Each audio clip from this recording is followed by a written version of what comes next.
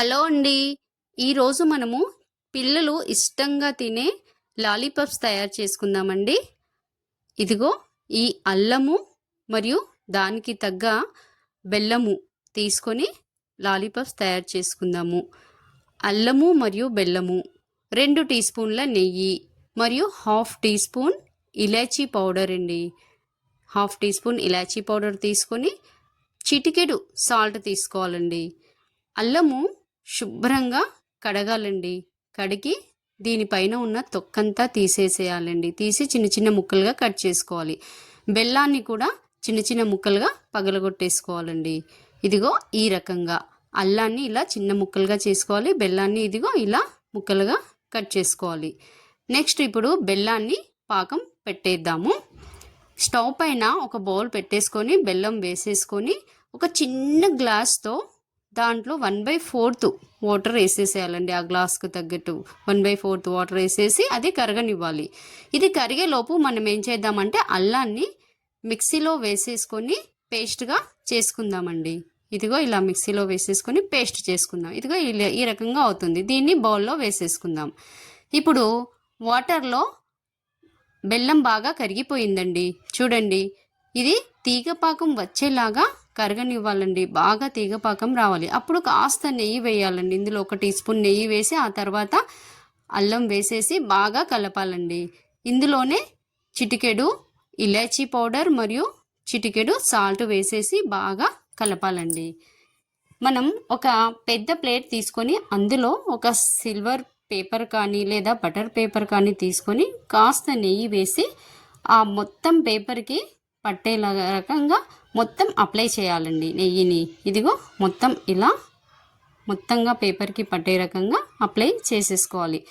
ఎందుకంటే మనము అది పాకం పట్టిన తర్వాత దీనిపైన వేస్తాం కాబట్టి ఇది అలాగే అతుక్కోకుండా ఉంటుందండి.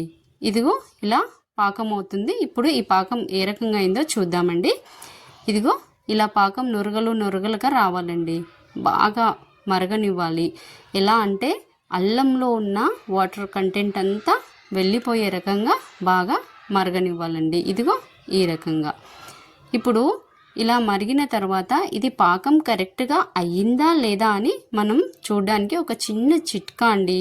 అదేంటంటే మనం ఏం చేయాలంటే ఈ పాకంలోంచి కొంచెం ఇలా తీసుకొని ఒక బౌల్లో వాటర్ వేసుకొని దీన్ని తీసుకొని ఆ వాటర్లో వేయాలండి.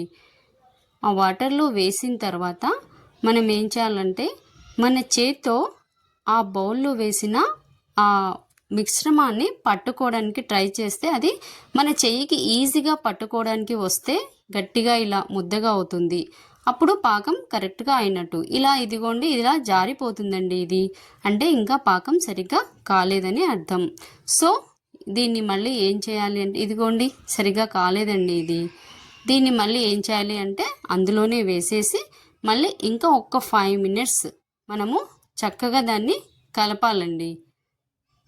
ఇదిగో ఈ రకంగా సరిగ్గా కాలేదండి ఇది. ఇందులో వేసేసి మళ్ళీ బాగా కలపాలి. ఇదిగో ఇలా బాగా కలుపుతూ నురగలు బాగా రావాలండి. కలిపిన తర్వాత స్టవ్ ఆఫ్ చేసేసుకోవాలి. ఇదిగో పాకం వచ్చేసిందండి. నెక్స్ట్ స్టవ్ ఆఫ్ చేసుకొని మనం ఇది వరకు ఒక ప్లేట్లో సిల్వర్ పేపర్లో పైన నెయ్యి వేసాం కదండి, ఆ దానిపైనే ఈ మిశ్రమాన్ని వేసేయాలండి. మొత్తం ఆ పేపర్కి మొత్తం అప్లై అయ్యేలాగా ఇదిగో ఇలా మెల్లిగా వేసేసుకోవాలండి. ఈ రకంగా మెల్లిగా వేసుకున్న తర్వాత దీన్ని కాస్త చల్లారే వరకు ఉంచాలండి.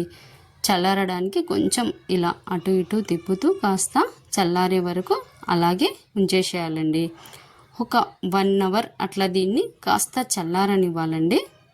1 అవర్ అయిన తర్వాత మళ్ళీ మనం చూస్తే ఇదిగో ఈ రకంగా అవుతుందండి. చూడండి ఇలా ఈజీగా వచ్చేస్తుంది. అయితే ఇప్పుడు మనం ఏం చేయాలంటే మన చెయ్యికి కాస్త కొంచెం నెయ్యి అప్లై చేసేసుకొని దీన్ని కొంచెం కొంచెంగా తీసుకొని రౌండ్గా బాల్స్ లాగా చేయాలండి. ఇదిగో ఇప్పుడు దీన్ని ఇలా తీసుకొని బాల్స్ లాగా చేసేసేయాలి. ఇదిగో ఈ రకంగా బాల్స్ లాగా చేయాలి. ఈ బాల్స్కి మనం ఏం చేయాలి అంటే లాలీపాప్ స్టిక్ని గుచ్చాలండి. ఇదిగో ఇలా లాలీపాప్ స్టిక్స్ని గుచ్చేసి వీటిని కాస్త ఆరనివ్వాలండి. ఇంతేనండి, సింపుల్. చూడండి, lollipops ready. Ginger lollipop chocolate.